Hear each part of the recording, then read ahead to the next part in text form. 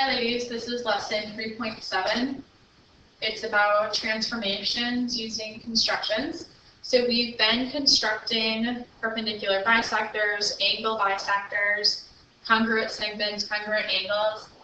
And if you remember back in chapter 1 and chapter 2, we did some transformations, so reflections or rotations,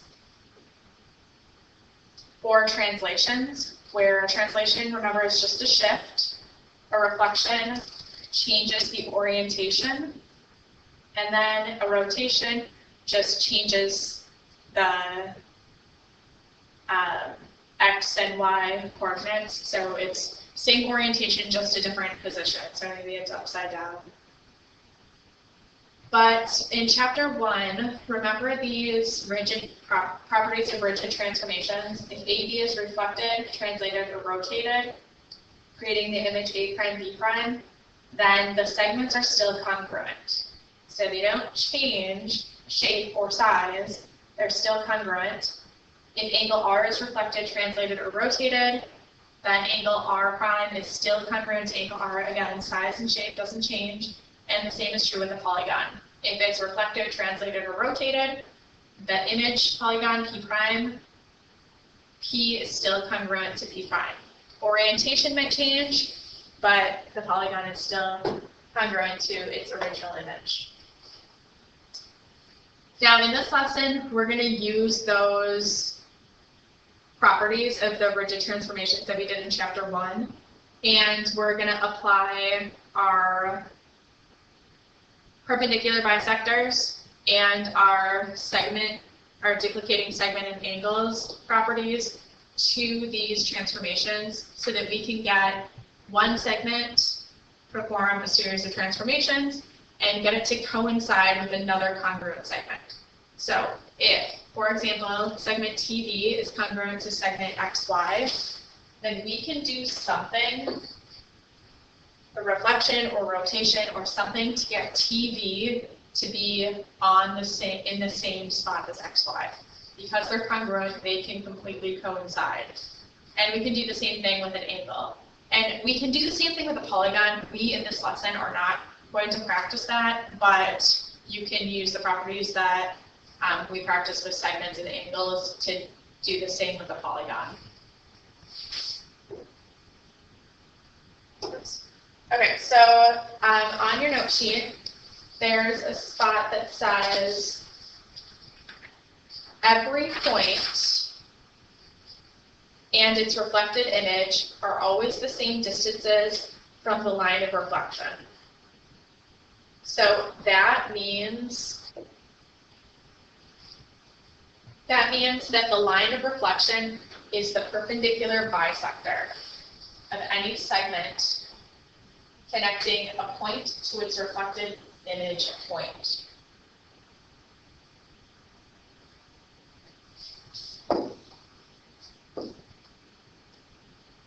So the line of reflection is the perpendicular bisector of any segment connecting a point to its reflected image point.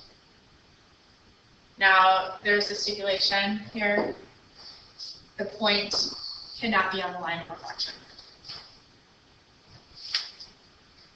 Okay, so if you look at this figure to the right, this segment C connecting C prime,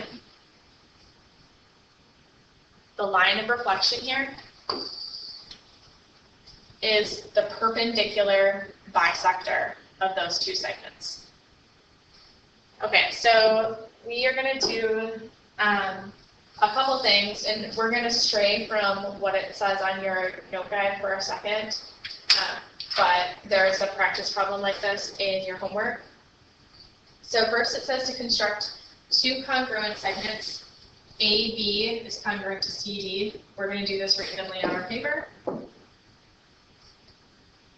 So I would start with the straight edge. I'll do step 1 in blue.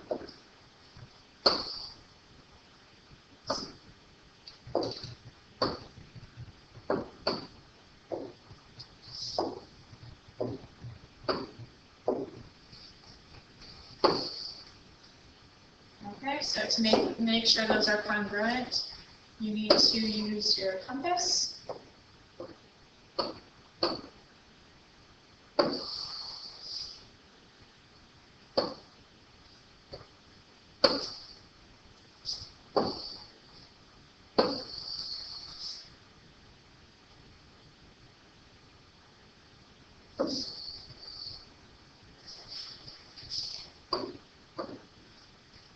Okay, so here is A, B, C, and D. Now we're going to connect points A and C. And I'll use purple for step 2. So we're going to connect point A and C.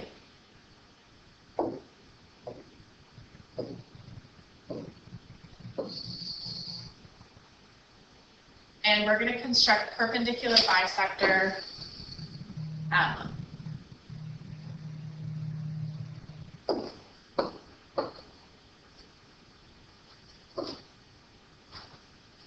Okay, now remember, the perpendicular bisector of a point to its image point is the line of reflection. Okay, so let's construct a perpendicular bisector here.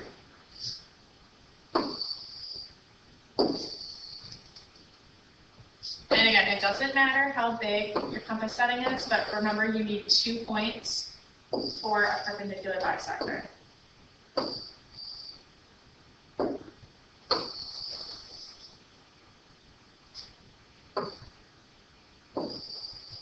Oh, mine wasn't quite long enough.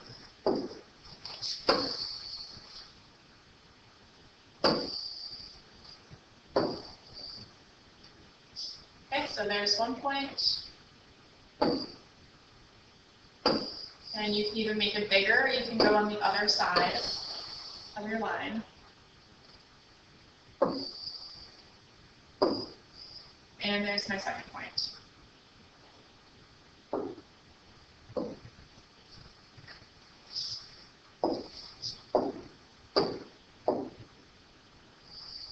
So here is my perpendicular bisector. And it says to label this M.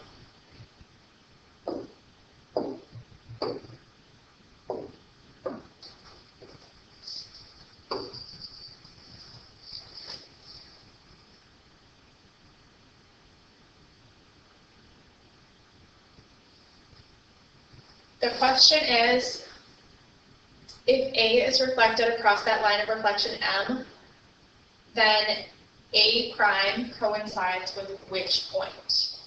So if A here is reflected over this line M, then C is the same as A prime.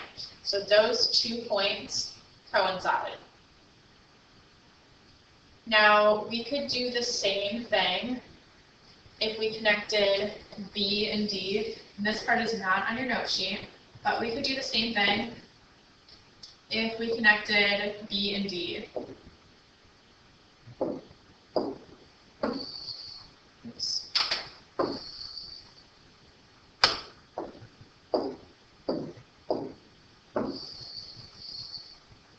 So if we connected B and D, we could again find a perpendicular bisector, and we'll call that P, of BD, so that B, that the image of B prime is also D.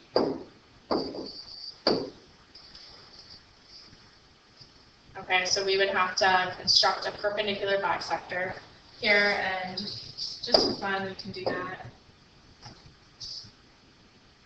Let me do it this way though.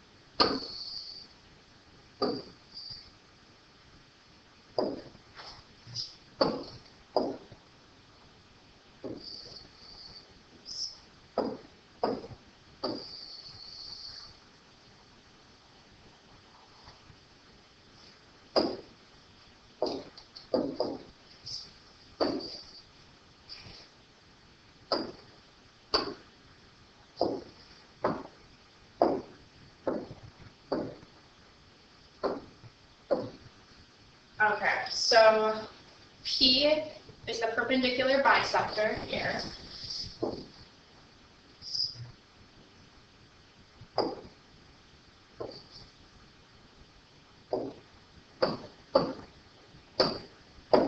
And M is the perpendicular bisector here. Okay, so those are two lines of reflection. So if A is reflected over M, then C here is the same as A prime. And if B is reflected over P, then B is the same as B prime. Okay, now if we're following these steps, we do a series of transformations so that we can actually get a line of reflection. So you can work on the same page, or you can flip it over or use a piece of scrap paper to follow through actually the points that steps that it gives you. So I'm just going to start a new page here, but you can work again right below if you want. But we're going to start the same way. Construct two congruent segments. AB is congruent to CD.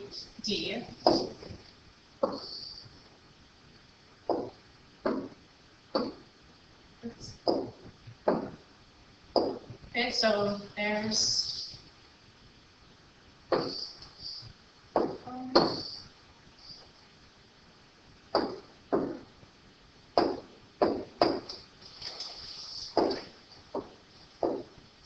and then we have to use our compass to actually make sure that these are congruent segments.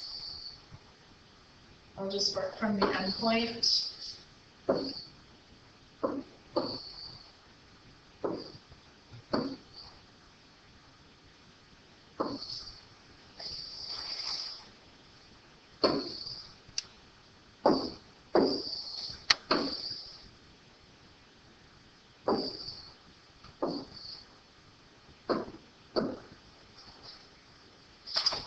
Okay, so here's A, B, C, and D. And then we're going to do the same thing. We're going to connect A and C.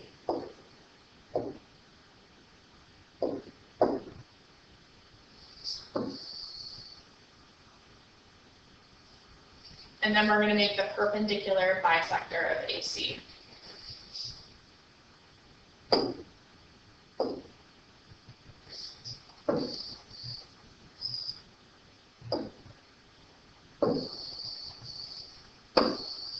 So again, you need 2 points for your perpendicular bisector.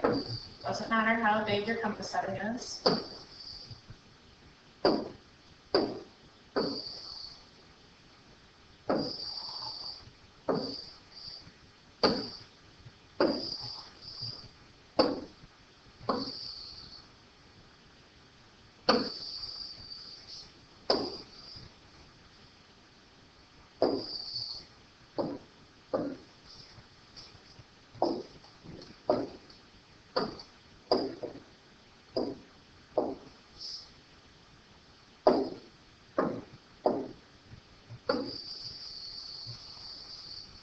And it says to label this line M.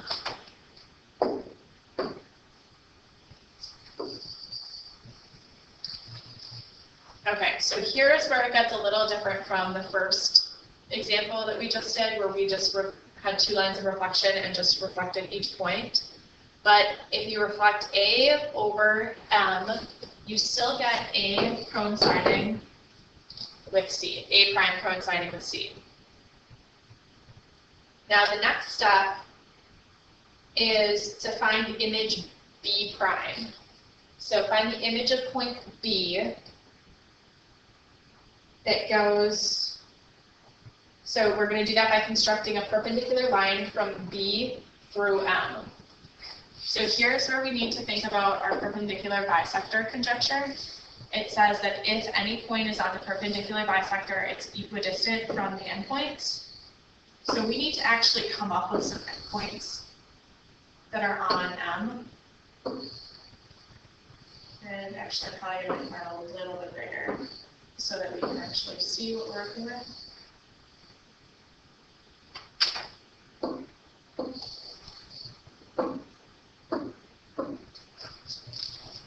Okay, so these 2 points could be my endpoints. Great. And now I have B is on my perpendicular bisector of these 2 points of this segment, and I need another one. Okay, so B is equidistant from those endpoints, and I need another point that's equidistant from those endpoints. Happy birthday.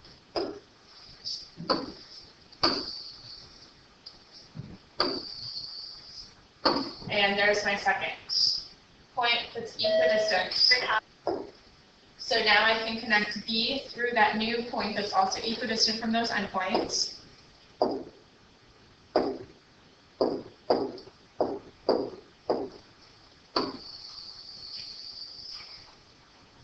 And then it says to label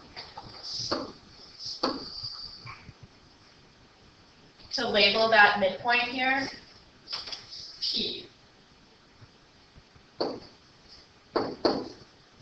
So there is point P. And now the next step, it says the location of B prime is going to be equidistant from F. Okay, so we need our compass again, and it's going to be on line P. So B prime has to be the same distance away from P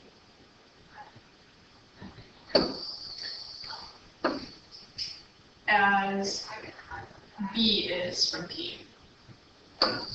So let's measure how far away.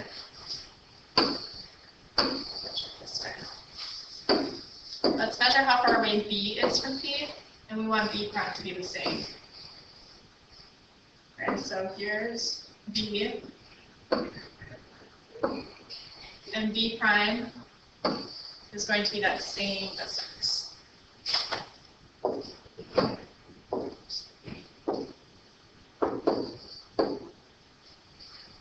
So this is a little bit different than that first example we worked with, where we're not working with D right away, but B prime is the same distance away from P as B is from P. So that means these 2 segments are congruent, and we already know these 2 segments are congruent. And this is perpendicular, and that is perpendicular. Those are perpendicular. Okay, so now it says the location of B prime on the perpendicular is found because BP equals PB prime. Okay, so those 2 segments that we just marked congruent are congruent. Now you have constructed the image AB. So here's A prime, and here's B prime.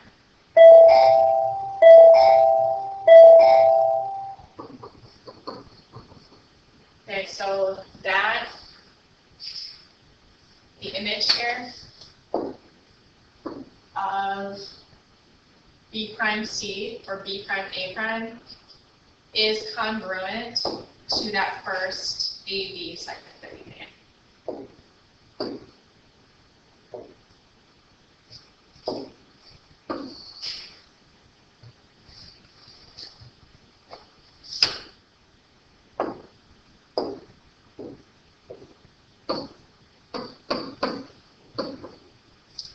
So those 2 are congruent. Okay, now the last step is to construct the transformation A prime onto CD. So we've already constructed the image, AB, the image A prime, B prime. Now we want that to be on CD. So to do that, we're going to construct the perpendicular bisector N of the segment that connects B prime and D prime.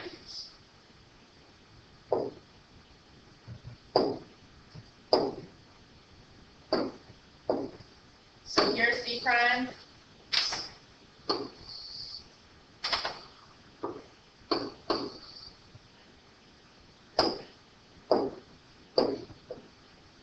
prime, and here's D.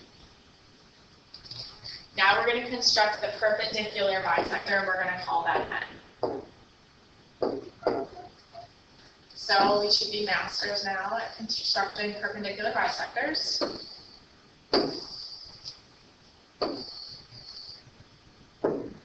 So here's our first point.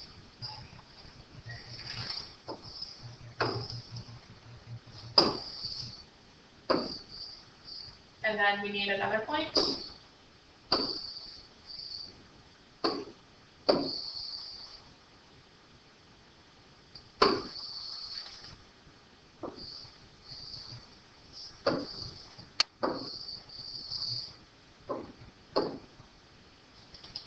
And this is our perpendicular bisector that we're going to call N. So from here through that point, this is perpendicular, and this is our line N.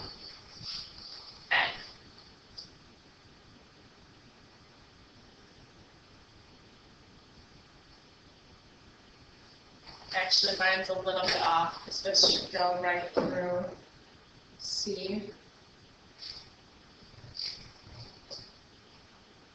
So if yours is a little bit off, there's a lot of transformations going on, a lot of reflections, a lot of perpendicular bisectors. So if anything is a little bit off, just know that it should, line N should go through point C, and it should be perpendicular to B prime D.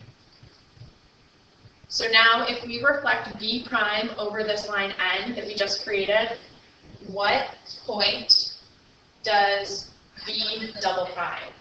So B prime prime, what point does that coincide with?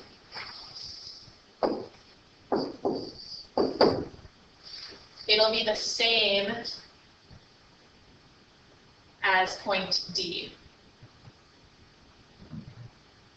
So if B prime is reflected across the line of reflection N, the image of B prime, point B double prime, must coincide with point D, because the line of reflection is the perpendicular bisector between the the segment connecting that point and its image point.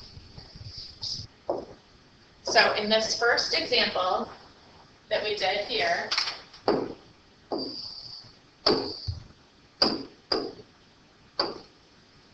in this first example, we did two perpendicular bisectors, and we just reflected the original image to A, we reflected to point C, so A prime and C coincided, and B, we reflected to D, so B and B prime coincided. But in the second example that we did, we essentially duplicating over reflection, we duplicated A, B as A prime, B prime over line of reflection M. And then we duplicated A prime, B prime again, but we already have this point C. Oops.